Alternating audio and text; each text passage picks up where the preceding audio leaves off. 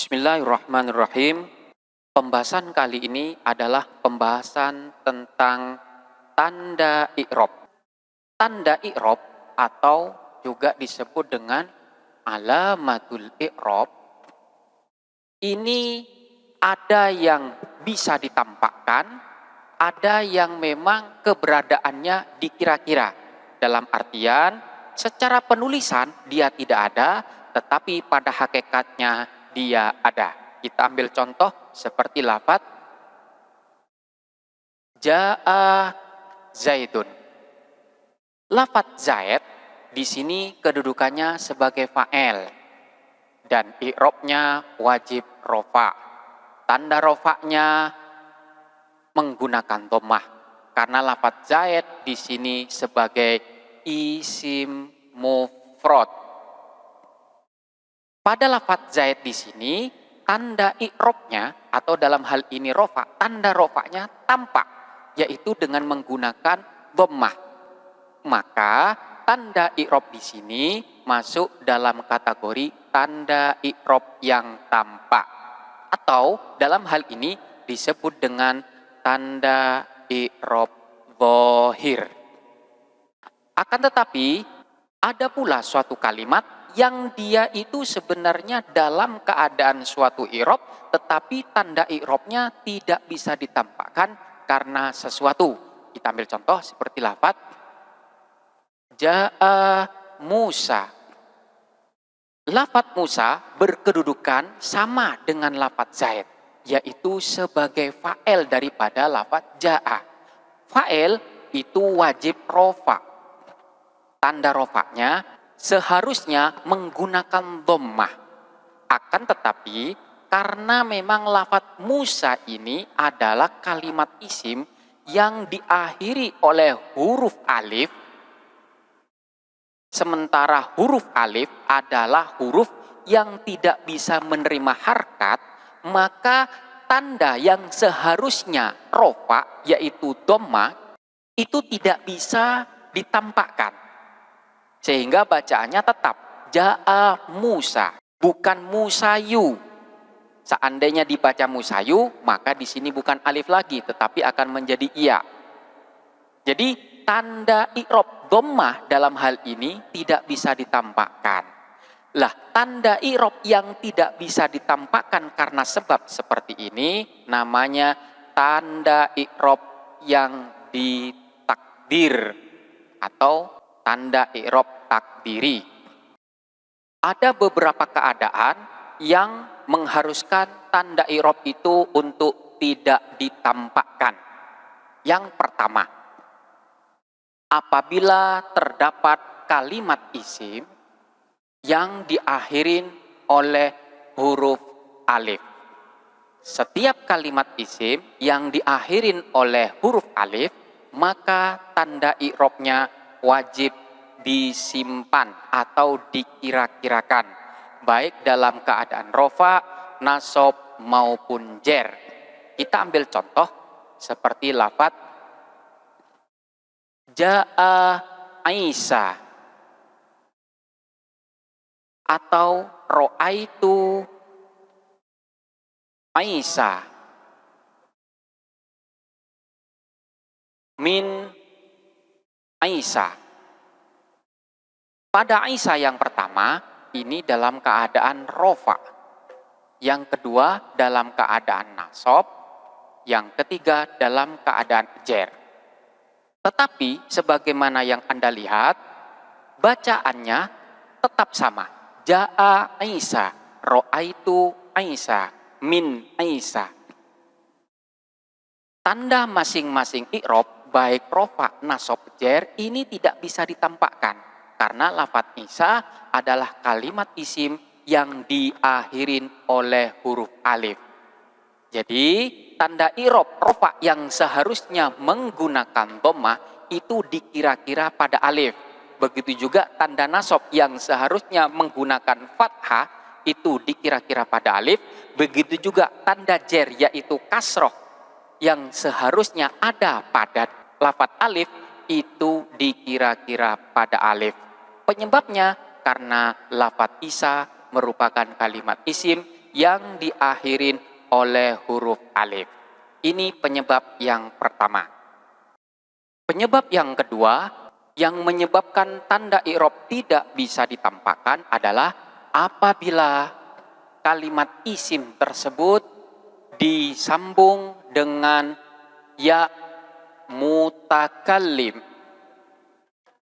Ya mutakallim adalah ya yang mengandung makna milik saya. Jadi kita ambil contoh seperti lafadz kitabun, artinya kitab. Ketika bersambung dengan ya mutakallim menjadi kitabi, artinya kitab milik saya. Ya yang di akhir yang ditambahkan pada lafadz kitabun ini namanya ya mutakallim. Ketika kalimat isim yang bersambung dengan ya mutakallim ini, maka dalam semua keadaan i'rabnya, baik rofa, nasab, jer, tanda i'rabnya dikira-kira atau tidak bisa ditampakkan. Kita ambil contoh seperti lafadz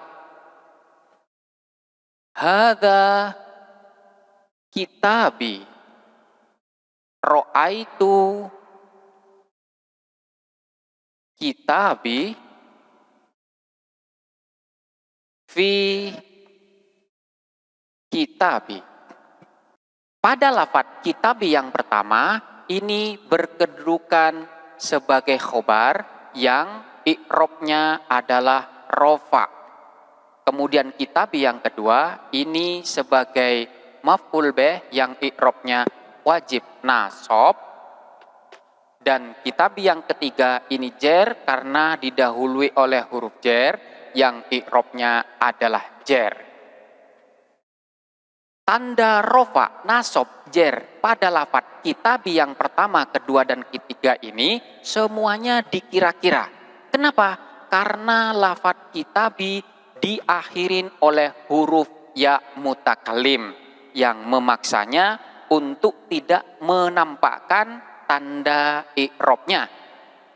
Pada kitabi yang pertama, i'rabnya rofa, yang seharusnya tanda rofanya adalah dhammah, karena lafadz kitabun itu termasuk isim mufrad.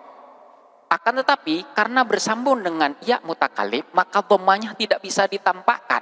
Kenapa? Karena untuk menyesuaikan harkat dengan ya mutakallim. Harkat yang cocok atau yang sesuai dengan ya sukun adalah kasroh. Maka harkat dhammah ditiadakan.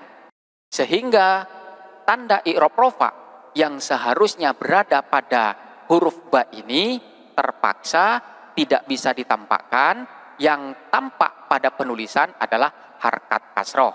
Jadi keberadaan harkat kasroh ini adalah untuk menyesuaikan harkat dengan ya sukun, ya mutakallim. Begitu juga dengan lafadz kitabi yang kedua yang i'rabnya nasab, yang tanda nasabnya adalah fathah karena lafadz kitabun sebagai isim mufrad.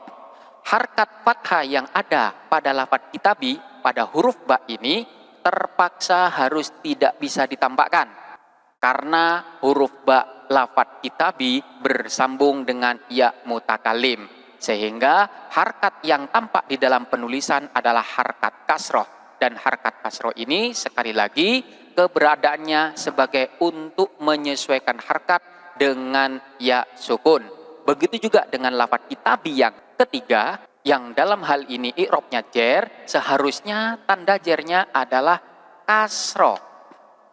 Akan tetapi karena bersambung dengan ya mutakallim, maka harkat kasroh yang seharusnya menjadi tanda dari i'rab jer itu tidak ditampakkan.